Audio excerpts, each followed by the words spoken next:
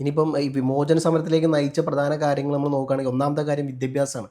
വിദ്യാഭ്യാസ ബില്ല് കൊണ്ടുവരുന്നു. 1957 ഈ വിദ്യാഭ്യാസ ബില്ല് കൊണ്ടുവരുന്നത്. അന്നത്തെ വിദ്യാഭ്യാസ മന്ത്രി പോകുന്നു. അതെ, അന്നത്തെ വിദ്യാഭ്യാസ മന്ത്രി ജോസഫ് മുണ്ടശ്ശേരി അദ്ദേഹമാണ് ഈ സാധനം കൊണ്ടു 1957 ജൂലൈ 13 അദ്ദേഹം സഭയിൽ അവതരിപ്പിക്കുന്നത്. അതിൽ പ്രധാനപ്പെട്ട വ്യവസ്ഥകൾ എന്ന് പറയുന്നത് സൗജന്യവും നിർബന്ധിതവുമായ പ്രാഥമിക വിദ്യാഭ്യാസം. ഇത് ഇന്ത്യയിൽ വളരെ നല്ല ഐഡിയയാണ്. ഇന്ത്യയിൽ ഇത്തരത്തിലുള്ള ഒരു സാധനം മുമ്പോട്ട് കൊണ്ടുവരുന്ന ആദ്യം ഇവരാണ്. അത് തീർച്ചയായും അപ്രീഷിയേറ്റ് ചെയ്യുന്ന ഒരു കാര്യം തന്നെ. മറ്റൊന്ന്, സ്വകാര്യ എയ്ഡഡ് സ്കൂൾ അധ്യാപകരുടെ ശമ്പളം സർക്കാർ ട്രഷറി വഴി നേരിട്ട് നൽകും എന്നുള്ള സാധനം. മൂന്നാമത്തെ കാര്യം PSCയിലെ അധ്യാപക നിയമനം അത് PSC വഴിയായിരിക്കും. ഇപ്പോൾ ഈ ചർച്ച നമുക്ക് തുടക്കം വയ്ക്കുകയാണ്. നാളെ നമുക്ക് വിദ്യാഭ്യാസ ബില്ല് നല്ലതായിരുന്നോ ചീത്തയായിരുന്നോ ഉള്ളതിന് അതിനെക്കുറിച്ച് നമുക്ക് ചർച്ച ചെയ്യാം. നാളെ ഓർത്തിരുന്നാൽ മതി. അടുത്ത ചർച്ചയ്ക്ക് നമുക്ക് അത് പ്രധാനപ്പെട്ട വിഷയമായിട്ട് എടുക്കണം. ഇതിൽ തന്നെ ഒരുപാട് കാര്യങ്ങൾ പറഞ്ഞു, പല കാര്യങ്ങളും അതിന്റെ വ്യത്യസ്ത ഡയമെൻഷൻ തന്നെ പറയാനുണ്ട്. ഈ വിദ്യാഭ്യാസം പറയുമ്പോൾ അതിനെക്കുറിച്ച് പറയാനുണ്ട്, ഭൂപരിഷ്കരണത്തെ കുറിച്ച് പറയാനുണ്ട്. അതാ പറഞ്ഞു. ഇപ്പോൾ വിദ്യാഭ്യാസ ബില്ല് വെച്ച് നമുക്ക് ഏതെങ്കിലും ദിവസം നമുക്ക് ഇതുപോലെ ചർച്ചയ്ക്ക് ഇരിക്കുമ്പോൾ ഈ വിഷയം എടുക്കാം നമുക്ക്. അപ്പം അത് നമുക്ക് നല്ല അടുത്ത വിഷയത്തിൽ നോക്കാം. അപ്പം പ്രധാനപ്പെട്ട 3 കാര്യങ്ങൾ: ഒന്ന്, സൗജന്യ വിദ്യാഭ്യാസം എന്നുള്ള സാധനം കൊണ്ടുവരുന്നു. 10 ഈ പറഞ്ഞ അധ്യാപകരുടെ ശമ്പളം അത് ട്രഷറി വഴി കൊണ്ടുവരുന്നുള്ളതും. മൂന്നാമത്തെ കാര്യം PSC അത് അധ്യാപകരെ PSC വഴി റിക്രൂട്ട്മെന്റ് ചെയ്യുന്നുള്ളതും. പിന്നെ ക്രമക്കേട്ട് കാട്ടുന്ന സ്കൂളുകളിലെ ഏറ്റെടുക്കാൻ സർക്കാരിന് അധികാരം നൽകും, ഡിഫാൾട്ട്. ഈ 4 സാധനമാണ് അന്ന് കൊണ്ടുവരുന്നത്. ഇതിന് വലിയ തരത്തിലുള്ള എതിർപ്പ് ആദ്യം പുറത്തോട്ട് വന്നത് കത്തോലിക്ക സഭയും സ്വകാര്യ സ്കൂൾ മാനേജ്മെന്റുകളാണ് ഇതിനെതിരെ അതെ ആദ്യം. കാരണം ഈ പറഞ്ഞ നല്ല സ്കൂളിൽ ഉള്ളത് അന്ന് കത്തോലിക്ക സഭയ്ക്ക് കീഴിലാണ്. അപ്പം അവര് വല്ലാണ്ട് തരത്തിൽ വേട്ടയാടുന്നതായിരുന്നു. അവരാണ് ഈ സാധനത്തിന് തുടക്കം കുറിച്ചത് എന്നുള്ളൊരു പ്രത്യേകത ഉണ്ട്. രണ്ടാമത്തെ കാര്യം കാർഷിക ബില്ലാണ്. അതാണ് പിന്നീട് ഈ വിദ്യാഭ്യാസം കഴിഞ്ഞാൽ ഏറ്റവും കൂടുതൽ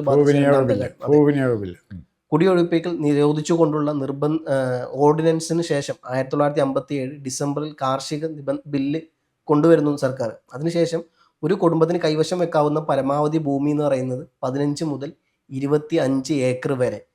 അതിൽ കൂടി മിച്ച ഭൂമി ഈ പറഞ്ഞ പോലെ ഭൂപരിഷ്കർക്ക് വിതരണം ചെയ്തു കൊടുക്കും എന്നുള്ളതാണ്. അതായത് 15 സെന്റ് മുതൽ 25 സെന്റ് വരെ എൻ്റെ കയ്യിൽ എനിക്ക് വെക്കാം, അതിനപ്പുറം ഉണ്ടെങ്കിൽ ഭൂമി ഇല്ലാത്തവർക്ക് എടുത്തു കൊടുക്കും എന്നുള്ള. ഭൂമി ഇല്ലാത്തവർക്കാണ് ഭൂമി കൈവശം വെച്ചിരിക്കുന്ന വേറെ ആൾക്കാരുണ്ട്. അത് ഭൂപരിഷ്കരണത്തിന് നമുക്ക് അതുപോലെ തന്നെ ചർച്ച ചെയ്യപ്പെടേണ്ട വിഷയം. അതെ.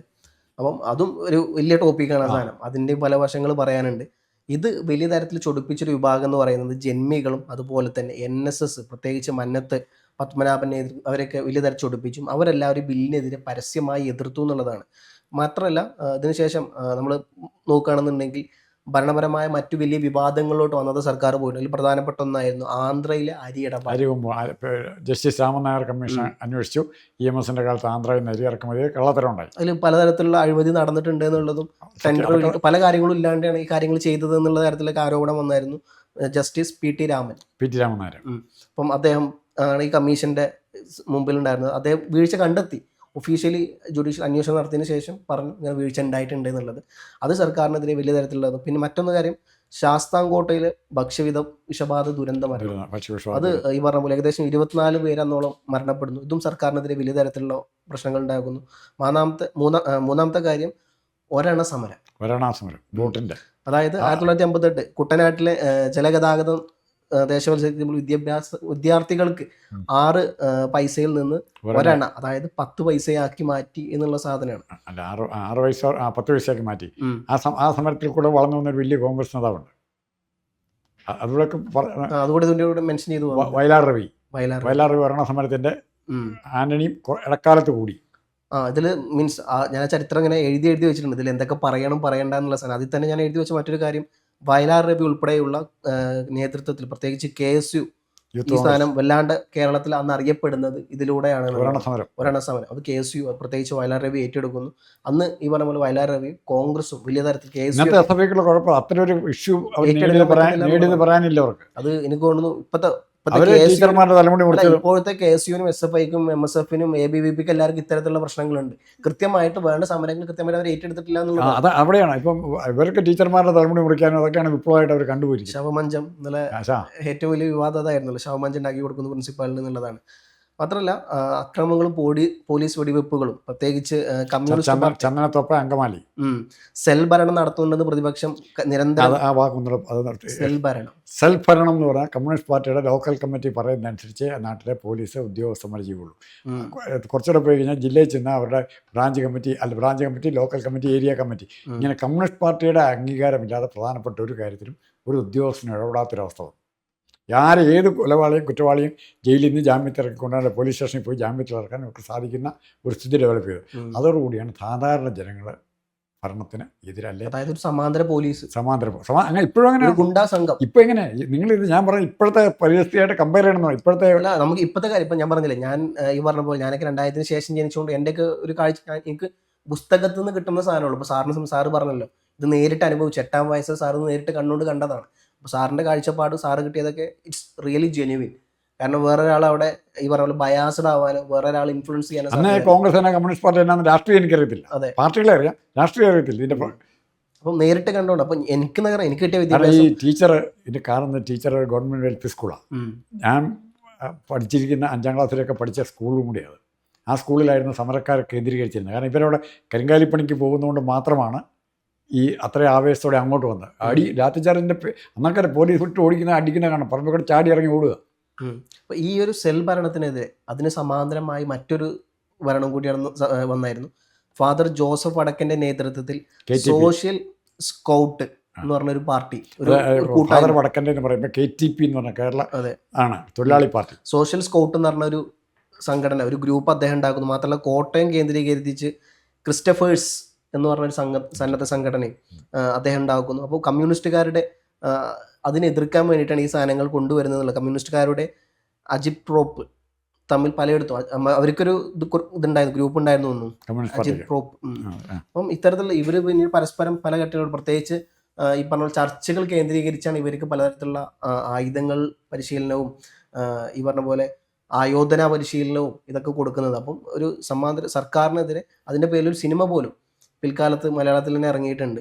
എന്തായാലും ഇത്തരത്തിൽ വലിയ തരത്തിലുള്ള ചർച്ചാ വിഷയത്തിലോട്ട് അത് പോയി എന്നുള്ളതാണ്. പിന്നെ ഇത് പറഞ്ഞ ചന്ദനത്തോപ്പ് 1958 കശുവണ്ടി തൊഴിലാളി സമരത്തിന് നടന്ന വെടിവെപ്പിൽ റഹ്മാൻ അതേപോലെ തന്നെ സുലൈമാൻ എന്നീ RSPയുടെ അതായത് UTUCയുടെ തൊഴിലാളികൾ കൊല്ലപ്പെട്ടു എന്നുള്ളതാണ്. അത് പിന്നീട് കൈവിട്ട കളിയിലോട്ട് പോകുന്നു. പ്രത്യേകിച്ച് തെക്കൻ കേരളത്തിൽ വലിയ തരത്തിലുള്ള പ്രക്ഷോഭം അന്നത്തെ സർക്കാരിനെതിരെ ഉണ്ടാകുന്നു. പിന്നീട് മൂന്നാർ ഇപ്പോൾ ഉദാഹരണം നമ്മൾ RSP ഇപ്പം നമ്മളിപ്പോൾ ഈ ചന്ദനത്തോപ്പ് സമരത്തിൻ്റെ കാര്യം പറഞ്ഞിട്ട് RSP സ്ട്രോങ് ആയിട്ടുള്ള ഒറ്റ ജില്ലയുള്ളൂ, കൊല്ലം.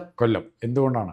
കൊല്ലത്ത് തന്നെ ഈ ചവറയുടെ മാത്രമല്ല, ചവറയും ശ്രീകണ്ഠനാഥൊക്കെ ജന്മസ്ഥലമൊക്കെ ഈ ചന്ദനത്തോപ്പ് വെടിവയ്പ്പ് എന്ന് പറയുന്നത് നമ്മൾ ആദ്യം പറഞ്ഞത് സാമൂഹികമായി അവിടുത്തെ ഇസ്ലാം, മുസ്ലിം, ക്രിസ്ത്യൻ വിഭാഗങ്ങളെ മത്സ്യത്തൊഴിലാളികളൊക്കെ ഭയങ്കര എതിരായിട്ട് വന്നു. അന്ന് നമ്മുടെ ജീനിൽ കയറിയ ചില കാര്യങ്ങൾ ഇപ്പോൾ എനിക്ക് 8-ാം വയസ്സിൽ കണ്ടത്. അതുപോലെ ഇതിൻ്റെ കഥ പറഞ്ഞ് കമ്മ്യൂണിസ്റ്റ് പാർട്ടിയുടെ വിരോധമുണ്ട്. പിന്നെ അതിനെ കോമ്പൻസേറ്റ് പറ്റുന്ന കമ്മ്യൂണിസ്റ്റ് നേതാക്കന്മാർ വന്നില്ല. പിന്നെ വന്ന് മേഴ്സിക്കുട്ടിയമ്മയൊക്കെ. പിന്നെ അതുകൂടാതെ തന്നെ പിന്നീട് മൂന്നാർ ഗൂഢരവിളയിൽ 1958 ഒക്ടോബറിൽ തോട്ടം തൊഴിലാളി സമരത്തിനിടെ പാപ്പാമാൾ എന്ന ഗർഭിണി ഉൾപ്പെടെ 2 പേർ കൊല്ലപ്പെട്ടു. അന്ന് അത് അവിടെ വലിയ തരത്തിലുള്ള പ്രശ്നം. പിന്നീട് അങ്കമാലി കല്ലറയിൽ ഫ്ലോറി എന്നൊരു ഗർഭിണിയെ വെടിവെച്ചവരെ സർക്കാരെ. അത് ഈ നടക്കുന്നത് അങ്കമാലി 1959 ജൂലൈ 13-നാണ്. അന്ന് പോലീസ് സ്റ്റേഷൻ ആക്രമണത്തിനിടെ അക്രമം നടത്തുന്നതിനെ ആരോപിച്ച് 7 പേർ കൊല്ലപ്പെട്ടു. അതിലൊരു ഗർഭിണി അടക്കം കൊല്ലപ്പെട്ടു എന്നുള്ളതാണ്. പിന്നെ വെട്ടുകാട് അല്ലെങ്കിൽ പുല്ലുവിള 1959 ജൂലൈ 15-ന് സ്കൂൾ പിക്കറ്റിങ്ങിനിടെ ഉണ്ടായ വെടിവെപ്പിൽ 5 പേർ കൊല്ലപ്പെട്ടു എന്നുള്ളതാണ്. പിന്നെ ചെറിയ തുറയിലുള്ള 1959 ജൂലൈ 3-ലെ ചെറിയ തുറ, അവിടെയാണ് ഈ ഫ്ലോറി എന്ന ഗർഭിണി ചെറിയ തുറയാണ് മരിക്കുന്നത്. 1959 അങ്കമാലി കല്ലറയിൽ ഞങ്ങളുടെ സഹോദര രക്തം വീണെങ്കിൽ EMS സൂക്ഷിച്ചു. ആ രീതിയിലാണ് മുദ്രാവാക്യം. അങ്കമാലി കല്ലറയിൽ ഞങ്ങളുടെ സഹോദര രക്തം വീണെങ്കിൽ ആ മുദ്രാവാക്യത. മറ്റേത് ഫ്ലോറി എന്ന തെക്ക് ദേശത്തെ ഫ്ലോറി എന്നൊരു ഗർഭിണിയെ വെടിവെച്ച സർക്കാർ ചെറിയ തുറയിലെ 1959 ജൂലൈ 3-ലാണ് ഈ സാധനം. അപ്പം ഇത്തരത്തിലുള്ള രാഷ്ട്രീയപരമായിട്ട് ഒരുപാട് പ്രശ്നങ്ങൾ അല്ലെങ്കിൽ നേരിട്ട് ഒന്നാണ് അന്നത്തെ സർക്കാർ എന്നുള്ളത് സത്യാവസ്ഥയാണ്. പിന്നെ രാഷ്ട്രീയ സാമുദായിക ഐക്യവും അതുപോലെ തന്നെ സമുദായത്തിൻ്റെ പല പല പ്രശ്നങ്ങളൊക്കെ, പ്രത്യേകിച്ച് NSS, മന്നത്ത് പത്മനാഭൻ, അതുപോലെ തന്നെ കത്തോലിക്ക സഭ, മുസ്ലിം ലീഗ്, അതുപോലെ തന്നെ കേരള കോൺഗ്രസ്, പിന്നെ ആർ ശങ്കർ, TP ചാക്കോ, അതുപോലെ തന്നെ PSP, പട്ടം നാണുപിള്ള, അതെ പട്ടം നാണുപിള്ള, അതുപോലെ തന്നെ RSPയുടെ പല ആൾക്കാർ, ഇവരൊക്കെ പാടെ കൂടി നിന്നുകൊണ്ട് അന്നത്തെ സർക്കാരിനെതിരായി നിൽക്കുന്നു. പിന്നീട് 1959 ജൂലൈ 12 സംസ്ഥാന വ്യാപക ഹർത്താലോടെ പ്രതിപക്ഷ സമരം തുടങ്ങി എന്നുള്ളത്. 1959 ജൂലൈ 12 ഇത് കൈവിട്ട കളിയിലോട്ട് പിന്നീട് മൊത്തം പോകുന്നത്. 37 കുറ്റപത്രം അന്നത്തെ സംസ്ഥാന സർക്കാരിനെതിരെ ഉണ്ടാക്കി എന്നുള്ളത്. അത് രാഷ്ട്രപതിക്ക് അയച്ചു കൊടുക്കുന്നു. അങ്കമാലിയിലെ രക്തസാക്ഷി കല്ലറയിൽ നിന്ന്, അതുപോലെ മന്നത്ത് പത്മനാഭന്റെ നേതൃത്വത്തിൽ തിരുവനന്തപുരത്തേക്ക് ഒരു ജീവശിഖാജാഥ. അതിനെതിരായിട്ട് CPM വിളിച്ച മുദ്രാവാക്യം, CPM അല്ല കമ്മ്യൂണിസ്റ്റ് പാർട്ടി വിളിച്ച മുദ്രാവാക്യം, തേരിലേറി നടക്കും മന്നം നേരെ പൊരുതി ജയിക്കട്ടെ. തേരിൽ അപ്പം മന്നത്ത് തേരിലാണ് കൊണ്ടു നടക്കുന്നത്. മറ്റേ കൃഷ്ണൻ്റെ അർജുനൻ കൃഷ്ണൻ്റെ കൂടെ നടന്നു പോയാത്ത അതുപോലെ തേരിലേറ്റ് നടക്കുകയായിരുന്നു. അപ്പോഴാണ് ഇടതുപക്ഷം വിളിച്ചത് മന്നം മോളിൽ കൂടെ നടക്കുള്ളൂ, താഴോട്ട് ഇറങ്ങി വരികയായിരുന്നു. കാരണം തേരിലേറി നടക്കും മന്നം നേരെ പൊരുതി ജയിക്കട്ടെ.